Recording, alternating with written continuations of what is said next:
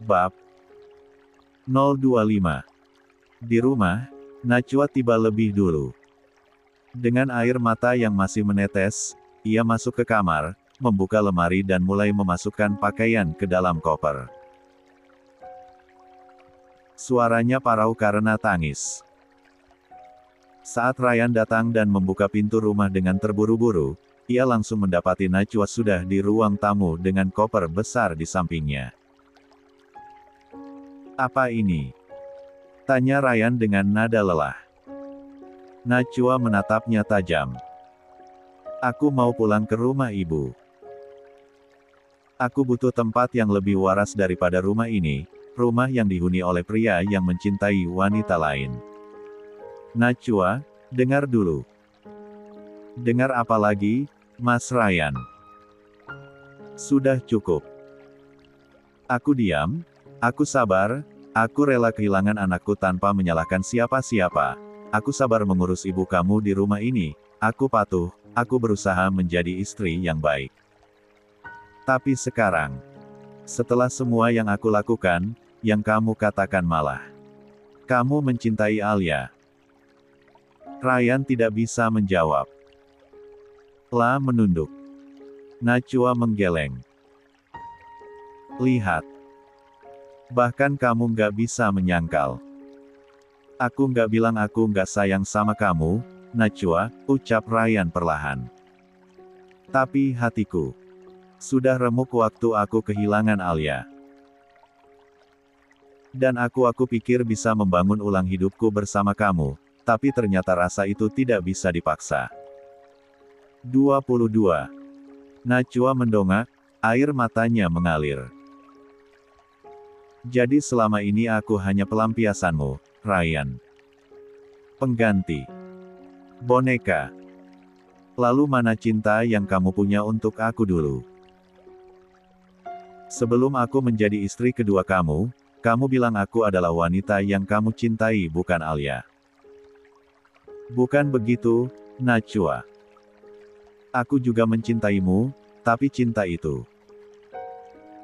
beda. Beda." Najwa tertawa sinis. "Kamu tahu apa yang beda? Alia melahirkan anakmu dan kamu melihat dia sebagai pahlawan sekarang. Aku melahirkan anakmu dan anak itu mati. Kamu pikir aku bisa bersaing dengan itu?" Ryan terdiam, matanya berkaca-kaca. "Kalau begitu biarkan aku pergi. Mungkin memang hanya aku yang bertahan sendiri dalam rumah tangga ini," ujar Najwa pelan. Ryan menggeleng cepat, menghampirinya. "Aku nggak akan biarin kamu pergi, Najwa. Aku bersalah, aku tahu. Tapi aku nggak akan biarin kamu sendiri. Jangan ambil keputusan saat hati kamu masih marah." Najwa mendorong dadanya pelan. "Terlambat, Ryan." Koper ditarik, namun Ryan mencengkeram tangannya. "Setidaknya temui Umi dulu sebelum kamu pergi. Dia benar-benar terpukul. Jangan pergi seperti ini. Kamu menantunya. Dia lagi terpuruk juga sekarang. Dia butuh kamu." Najwa menatapnya lama. "Aku akan temui Umi. Tapi bukan karena kamu, karena aku masih punya adab." Ia menarik koper dan melangkah keluar, meninggalkan Ryan yang berdiri seperti patung, tak mampu menahan arus takdir yang perlahan menghukumnya sendiri. Dan saat itu, untuk pertama kalinya, Ryan benar-benar merasa sendirian di antara dua dunia yang telah ia rusak dengan tangannya sendiri. Langit sore di luar jendela rumah sakit tampak mendung. Hujan seolah sudah siap jatuh kapan saja, menambah sendu suasana ruang rawat yang masih terasa dingin oleh emosi yang tertinggal. Ryan masuk ke ruangan ibunya dengan wajah letih. Setelah pertengkarannya dengan Najwa dan melihat istrinya pergi membawa koper dengan hati hancur, ia kembali untuk mengecek kondisi orang tuanya. Tapi belum sempat ia menarik napas panjang, suara Bu Marwah yang masih lemah langsung membentaknya. "Ryan, kamu tega sekali membiarkan Najwa pergi dari rumah.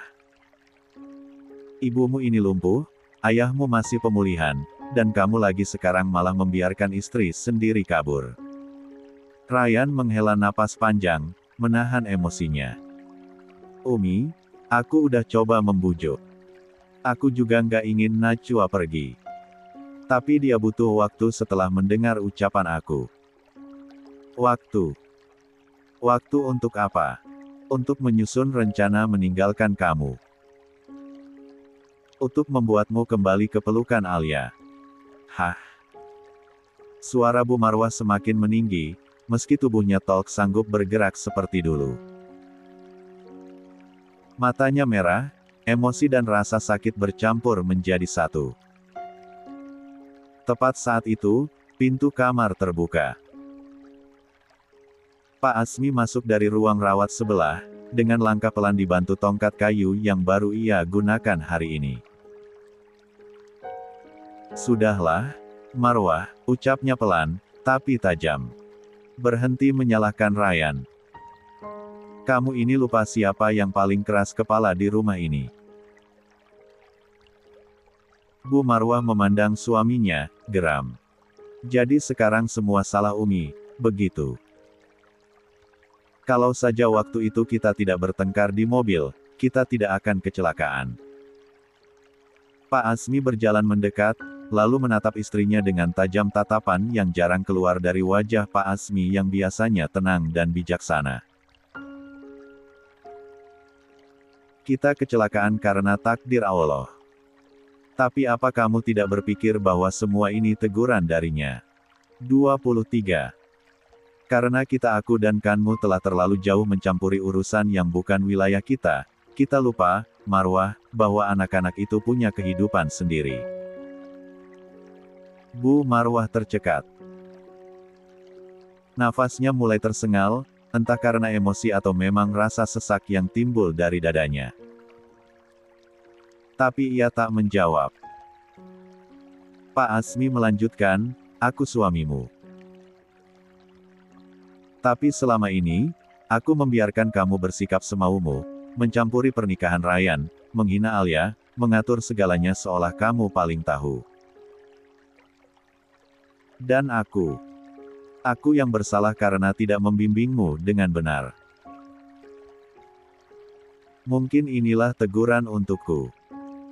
Suara Pak Asmi bergetar. Ia menunduk, matanya berkaca-kaca. "Aku tidak pernah ingin kamu terluka seperti ini.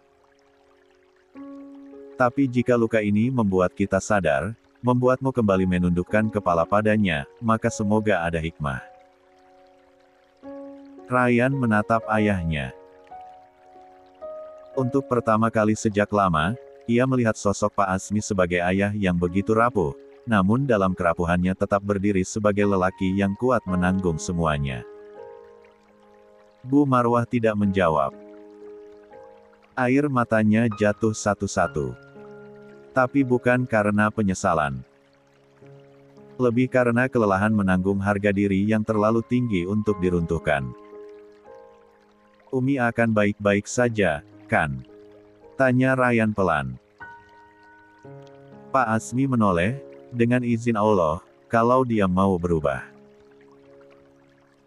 Ryan duduk di samping ibunya, menggenggam tangan wanita yang selama ini menjadi poros hidupnya, sekaligus sumber luka di keluarganya. "Umi," katanya, lirih. "Aku nggak pernah ingin membandingkan Alia dengan Najwa. Aku mencintai mereka dengan cara yang berbeda. Tapi Umi harus tahu. Jika saja waktu bisa diputar, aku nggak pernah ingin kehilangan satu pun dari mereka." Bu Marwah memalingkan wajah. Air matanya semakin deras, tapi ia tetap membisu. Waktu berlalu hingga malam menjelang. Setelah dokter memeriksa kondisi keduanya dan menyatakan bahwa Pak Azmi bisa pulang dalam 2 hari ke depan, sementara Bu Marwah harus mulai terapi di rumah sakit, suasana sedikit mereda. Ryan duduk sendirian di taman rumah sakit. Di genggamannya, ponsel yang menampilkan foto Isa Zafran Malik, putra kecil yang hanya bisa ia lihat dari jauh, dan bahkan belum pernah ia timang dengan benar. Bibirnya bergetar ketika ia membisikkan doa dalam hati. Sementara di kamar, Pak Azmi duduk di sofa dengan napas berat, sementara Bu Marwah diam membelakangi, memandang jendela yang memantulkan wajah letihnya sendiri. "Marwah," kata Pak Azmi, "berdoalah. Minta ampun pada Allah.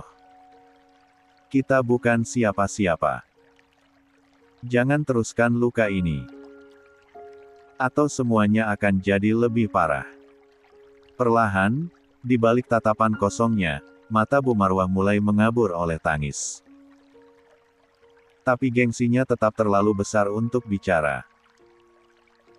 Dan mungkin, begitulah ujian Allah bekerja. Ia tidak hanya menguji kekuatan raga, tapi juga kekuatan hati untuk menunduk, memaafkan, dan menerima bahwa tidak semua hal harus dikendalikan. Hujan baru saja reda ketika sebuah taksi online berhenti di depan rumah sederhana milik keluarga Bu Siti. Najwa turun membawa koper beroda yang sedikit basah terkena percikan air. Wajahnya sembab, matanya masih memerah, dan bibirnya kering seperti tak tersentuh air berjam-jam. Ia menatap pagar rumah ibunya, lalu menarik napas dalam-dalam, sebelum akhirnya mengetuk pagar. Tak lama, Bu Siti keluar dengan daster dan kerudung yang belum benar-benar rapi. Ia terkejut bukan main melihat putri tunggalnya berdiri di depan rumah dengan membawa koper malam-malam begini. 24. Najwa, serunya, panik. "Astagfirullah, kamu kenapa, Nak? Kok kayak orang kabur?" Najwa hanya menunduk. Ia tak kuasa bicara. Matanya kembali basah saat Bu Siti buru-buru membukakan pintu dan membantunya membawa koper masuk ke dalam rumah. Begitu pintu tertutup, dan mereka duduk di ruang tamu yang diterangi lampu kuning redup, Najwa baru membuka suara, pelan, nyaris seperti bisikan. "Ibu. Aku nggak kuat lagi." "Kenapa? Apa Ryan nyakitin kamu? Kalian berantem?" tanya Bu Siti, matanya menyorot tajam. Najwa menggeleng. "Bukan. Bukan itu. Tapi tadi di rumah sakit. Aku dengar Ryan bicara sama uminya." La terdiam, suaranya tercekat. "Ngomong apa?" desak Bu Siti. Najwa menatap ibunya dengan pandangan kosong. "Ryan bilang dia mencintai Alia." Suasana mendadak hening. Hanya detak jam dinding yang terdengar menggema di antara mereka. Bu Siti sejenak terdiam, mencoba memastikan ia tak salah dengar. "Ryan bilang dia cinta sama Alia," ulang Bu Siti, pelan. Najwa mengangguk, dan akhirnya pecah tangisnya lagi. "Setelah semua yang aku korbankan, setelah aku kehilangan anakku, dia malah mencintai wanita itu." Bu Siti mendengus keras. Bukan ikut menangis, tapi justru emosinya yang meledak duluan. "Ya alap, Najwa. Kamu ini bodoh atau apa, sih? Bukannya kamu malah tetap tinggal dan rebut kembali hati suamimu, kamu malah pergi bawa koper malam-malam kayak gini. Kamu pikir dengan kabur, Ryan bakal ngejar kamu. Justru sekarang kamu kasih celah buat Alia buat masuk lagi ke hidup dia." Najwa mengangkat wajahnya, tercengang oleh reaksi sang ibu. Tapi, Bu. Dia bilang dia cinta Alia. Aku nggak bisa tinggal di rumah itu setelah dengar sendiri ucapannya. Bu Siti berdiri dengan penuh emosi. Najwa. Dengar ya. Kamu pikir Alia diam-diam aja? Jangan polos. Dia itu perempuan cerdas, kuat, dan sekarang punya senjata, anak dari Ryan. Baby Isa itu pengikat. Apalagi sekarang Umi Ryan lumpuh, pasti Ryan makin goyah. Kalau kamu malah menjauh, Ryan bisa kapan aja rujuk sama Alia. Najwa menggigit bibirnya, tubuhnya gemetar. Kamu pikir cukup hanya dengan jadi lembut dan sabar kayak sekarang? Enggak, nak. Kamu harus jadi kuat. Harus jadi lebih cerdas dari Alia. Kalau kamu nggak segera balik ke rumah itu, ibu berani jamin seminggu lagi saja, kamu bakal dapat undangan rujuk mereka. Bu. Najwa menjerit. Tapi Bu Siti tak peduli. Kamu sudah hamil, kamu sudah kehilangan, kamu sudah berdarah-darah pertahankan rumah tangga itu. Kamu pikir Alia semudah itu memaafkan dan melepaskan masa lalu? Jangan mimpi, nak. Semua orang di luar sana tahu betapa Ryan dan Alia dulunya adalah pasangan yang seharusnya nggak pernah berakhir. Najwa terduduk. Jantungnya berdentum keras. Ucapan ibunya seperti menamparkan kesadarannya yang sudah lama dibius oleh kesedihan. Bu Siti menatapnya tajam, kali ini lebih lembut tapi tetap tegas. Kamu mau kehilangan semuanya, atau kamu mau balik dan tunjukin kamu istri yang pantas diperjuangkan? Najwa tak menjawab. Tapi hatinya mulai bergetar. Di antara rasa sakit karena kehilangan anak, rasa kecewa karena ucapan Ryan, dan dendam yang selama ini ia simpan untuk Alia. Kini semuanya bercampur. 25. Tangisnya sudah berhenti. Yang tersisa hanya pandangan kosong yang berubah menjadi tatapan dingin. Alia belum menang, bisik Najwa dalam hati. Dan ia tahu, malam itu adalah awal dari babak baru bukan hanya bagi rumah tangganya, tapi juga untuk hatinya yang tak akan rela kalah dalam perang yang belum selesai. 26. 2 hari telah berlalu sejak kepergian Najwa dari rumah. Hari itu, suasana di rumah Ryan terbilang lebih tenang. Udara pagi masih lembab oleh embun, dan Mbak Santi, asisten rumah tangga baru yang direkrut Ryan beberapa hari terakhir, tengah menyapu halaman sambil sesekali memandang langit yang mendung. Ryan baru saja selesai membaca Al-Quran di ruang tengah. Tubuhnya bersandar ke dinding, napasnya pelan, lelah masih membekas di raut wajahnya. Hidupnya belakangan ini seperti dihantam ombak tanpa jeda. Lalu, pintu pagar depan terdengar terbuka. Suara roda koper menyentuh tanah terdengar jelas. Mbak Santi langsung berdiri dari posisi menyapu. Di depan gerbang, Najwa muncul. Wajahnya tenang, tanpa ekspresi, hanya membawa koper kecil dan tas selempang. Ia tampak lebih kurus, namun tetap rapi. Mbak Santi buru-buru menghampiri, "Assalamualaikum, maaf cari siapa ya Mbak?" Najwa heran. "Waalaikumsalam. Seharusnya saya yang nanya, kamu ini siapa?" "Saya istrinya Ustadz Ryan." "Oh maaf Bu, saya nggak tahu. Kebetulan saya art baru di rumah ini," ujar Santi sedikit menunduk.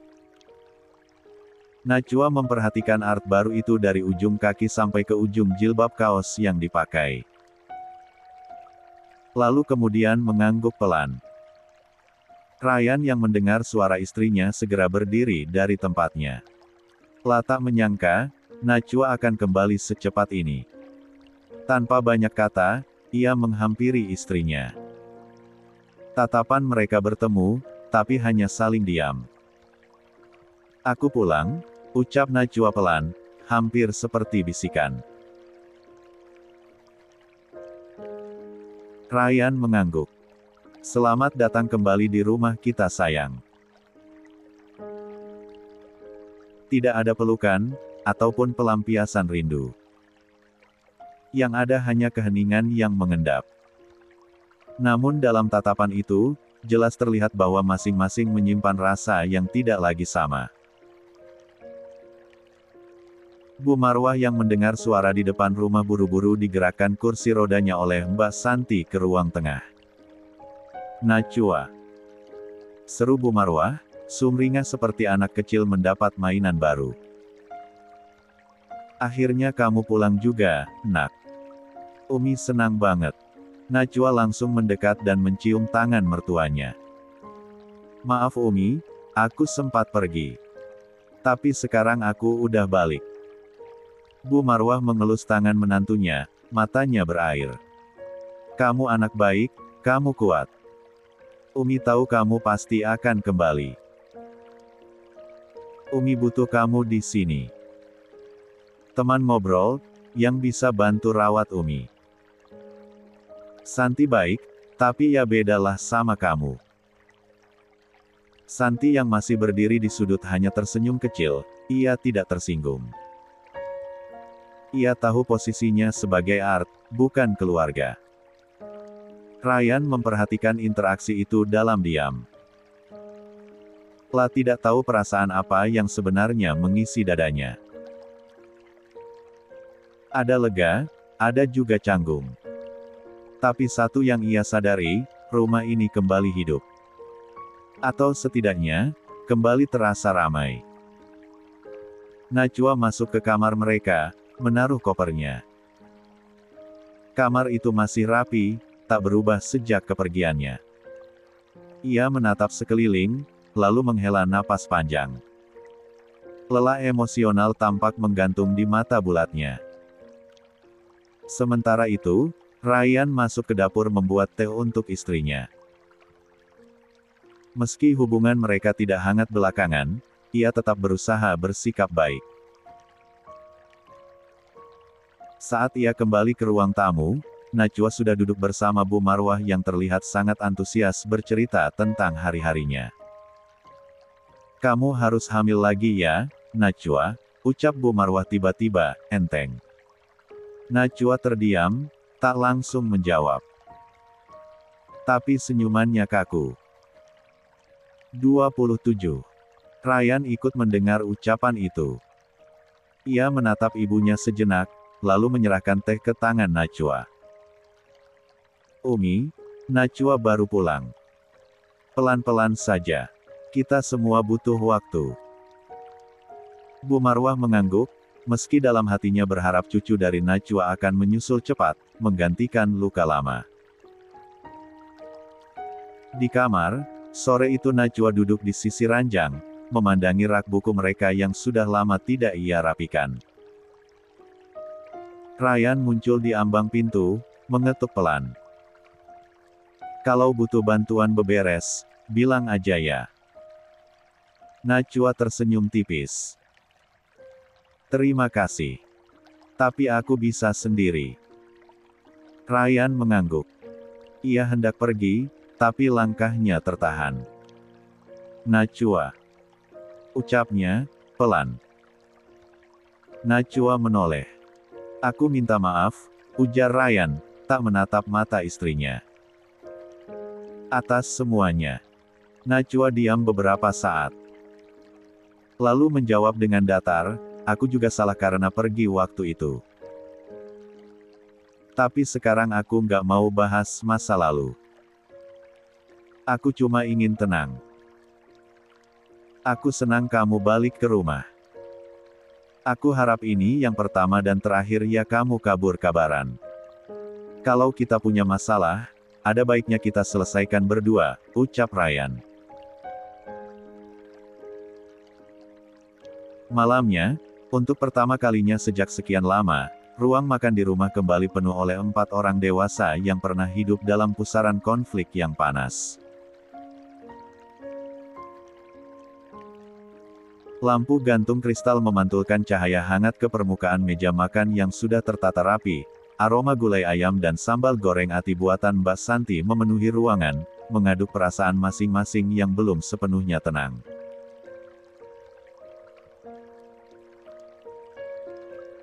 Ryan duduk di ujung meja, berseberangan dengan ayahnya, Pak Asmi. Najwa duduk di sisi kanan Ryan, dan Bu Marwah yang kini duduk di kursi roda berada di sisi kiri, tak jauh dari putranya. Tangannya tampak sedikit gemetar saat menyendok nasi, tapi semangat di wajahnya tampak lebih kuat dari sebelumnya. Pak Asmi membuka percakapan setelah beberapa menit makan dalam diam. Alhamdulillah, makan malam kita malam ini bisa lengkap. Meski suasananya belum seperti dulu, setidaknya kita semua bisa duduk satu meja lagi. Najwa menatap ayah mertuanya dan mengangguk pelan. Aku juga bersyukur, Abi. Bu Marwah menyahut dengan cepat, dan semua ini karena Najwa kembali. Rumah ini jadi lebih hidup lagi. Ryan hanya menghela napas, memilih tidak menanggapi secara langsung. Ia lebih fokus memotong ayam untuk ibunya. Pak Asmi melanjutkan dengan nada yang lebih serius. Oh ya, sekalian saya sampaikan kabar dari pengurus pesantren Al-Hikmah. Beberapa hari lalu, kami sepakat untuk membuka perekrutan ustazah. Para santriwati sudah mulai bertambah, dan butuh pembinaan perempuan yang kuat secara ilmu dan kepribadian. Telah menatap Najwa, lalu melanjutkan, saya pikir, Najwa bisa mengambil peran di sana. Najwa sontak menoleh cepat. Saya, Abi. Pak Asmi mengangguk mantap. Kamu lulusan syariah, paham ilmu agama, dan pernah aktif isi kajian juga. Abi tahu belakangan ini kamu banyak cobaan, tapi itu tidak menutup kesempatan kamu untuk kembali berdakwah. Bu Marwah tampak begitu antusias, ekspresinya yang sempat letih berubah berseri. Betul sekali. Najwa harus ambil bagian, ini kesempatan untuk bangkit lagi, nak. Apalagi kamu menantu Ustadz Asmi, pasti disegani semua. 28 orang. Ryan mengangkat alisnya sekilas, ia tidak menyangka ayahnya akan memberikan peran strategis itu pada Najwa. Tapi ia juga tidak bisa mengingkarinya. Dalam hal berdakwah, Najwa memang punya bakat. Meski sikap pribadinya masih jauh dari sempurna, namun penampilannya yang anggun dan tutur katanya yang lembut memang menjual. Najwa tersenyum manis, rasa percaya dirinya seketika meningkat. Insya Allah, kalau Abi dan Umi mendukung, aku siap. Aku ingin kembali membangun citraku, seperti dulu. Mungkin lebih baik dari dulu. Pak Asmi mengangguk pelan. Yang penting niatnya benar. Dakwah itu amanah, bukan panggung. Bu Marwah menyambar cepat, tentu saja, suami istri Ustadz itu harus jadi contoh. Apalagi dengan Ryan yang sekarang makin dikenal di banyak kalangan. Nama keluarga kita harus tetap harum. Ryan masih diam. Ia mendengar, tapi hatinya nelayang ke tempat lain. Dalam sekejap, wajah Isa melintas di benaknya. Lalu Alia, yang malam ini mungkin tengah menyusui anak mereka, sendiri di rumah orang tuanya. Hati Ryan kembali terasa nyeri.